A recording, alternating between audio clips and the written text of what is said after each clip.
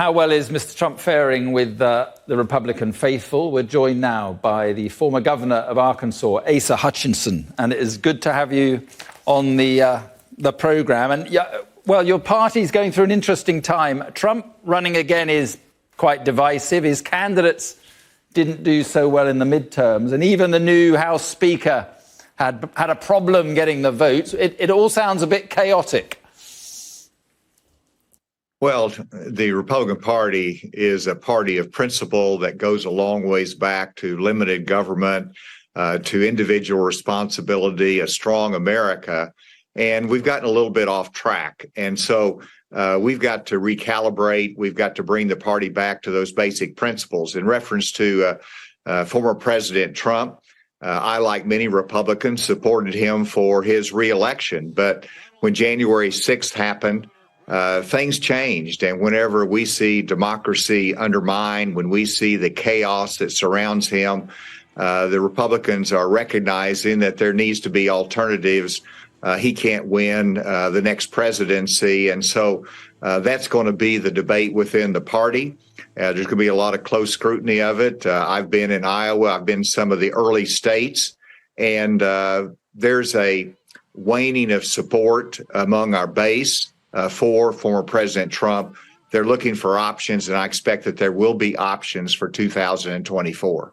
Well, now you talk about options for 2024. Now, your background there, America strong and free, and, it's a bit like a campaign. I just wonder whether you may be thinking of standing yourself to become the next president of the United States.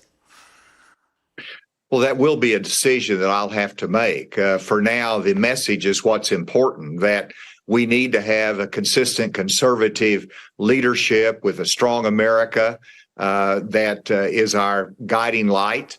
And that's what I'm trying to convey right now. As time goes on, a decision will have to be made about 2024.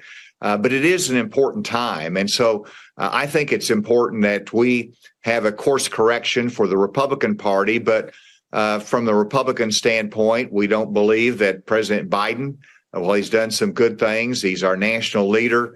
But whenever you look at 4 more years of leadership, we need to have change in policy with a stronger border, with better control of inflation, reduce federal spending. These are important policies that Republicans believe in, will be advocating as we get closer to 2024. And that's what I'm about right now, is a consistent conservative message that has common sense. Do you want to take the opportunity to declare on Sky News that you're standing for president? Well, I love talking politics with you. I love talking about our national security issues. But yes, I'm going to hold off. I've got to do some more things before we make a final decision. But stay tuned. More later.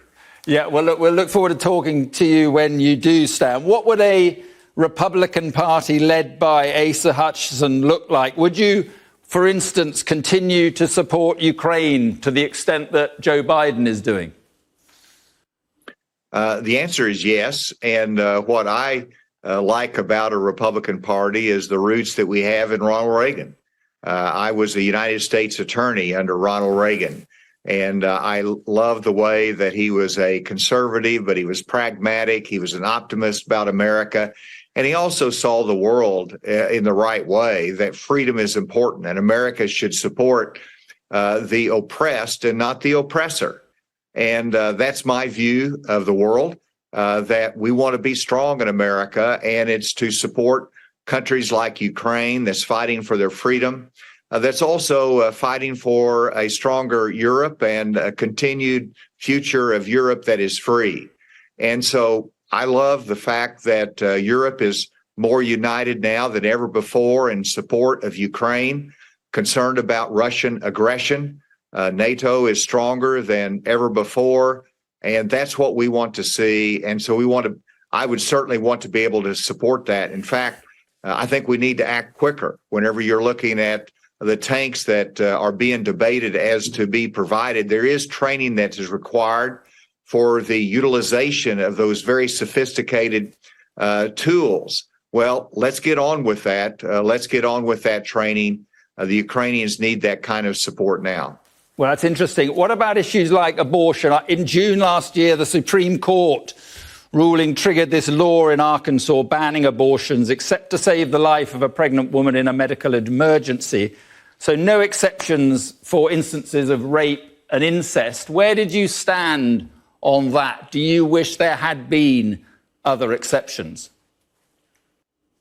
Well, Arkansas is a pro-life state, and the reversal of Roe versus Wade simply returned the issue of abortion to the states. And so the states are going to make different determinations based upon their approach, their values, what the people want to see there. And we're in the business of trying to save more unborn lives. We believe that is important. And whenever it comes to the exceptions, I signed the law that was passed in Arkansas. I did say at the time that I would support the exceptions of rape and incest. Right. I think while that is going to be debated in other states, that's a position that I take because those are limited areas that, while there might be rare, we don't need to have government compulsion in those very difficult circumstances. Right. So if a 15-year-old girl is raped by a relative and gets pregnant, she has to have that baby at the moment under Arkansas law. Am I right in that? Unless there is a risk of life to the mother, then that is the only exception that is allowed under Arkansas law. As I have said, I think the exceptions of rape and incest will continue to be debated. They're very difficult areas from a human standpoint. When you look at a teenager, perhaps, that is the victim of rape or incest, that's where I would withdraw the power of the government and say, we're not going to force a decision there. But that is the law that is in Arkansas currently. So, and do you think that will stay the law, or do you think it could be changed under your successor? Or I mean, I guess it goes to a vote in Arkansas, does it?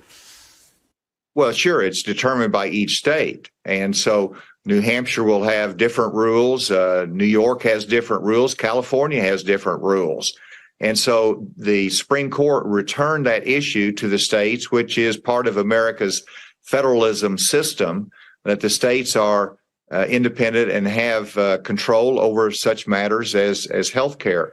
And so it will be debated. I don't see that changing in the near term. Experience always dictates policy. And so as we have more experience with that, then the policymakers will determine whether any change is made, but I do not expect that in the near term. Right, but just to emphasize, you are not happy with that as it stands. Is that what you're saying? As I've said, I've always supported those three exceptions, the life of the mother, in the cases of rape and incest. Right, now look, just to finish with, more broadly on the political scene, the 2024 race, and I know you hinted that you'll be standing, but you're not declaring yet. Who do you think then the race will be between? I mean, do you think Biden will stand, and do you think if Trump stands, he could win it? Well, at this point, it looks like President Biden is gearing up for a re-election effort. Obviously, we have former President Trump that's already in the race. There's others from Nikki Haley, former UN ambassador, to Mike Pompeo, former Secretary of State, that are talking about making a decision in the future on this. So we just have to wait and see. What's important is that we have a debate within the Republican Party. That's part of our primary system, and that it's a robust, because we're talking about the future of not just our party, but our country's direction as well. And so that debate is important. I expect there to be a number of candidates in there that will be different from former President Trump. So in the end, we'll have to wait and see. We have a long election cycle here in the United States, and we have a few states that have a larger-than-life role in trying to determine who goes forward. Okay, well, listen, good to talk to you. Thanks very much for coming on. And as I say, if you do decide to stand, we'll find 5 or 10 minutes for you. Don't worry. Good to be with you, Dave. Thank you. Yeah, it's Mark. Thanks very much indeed. Thanks.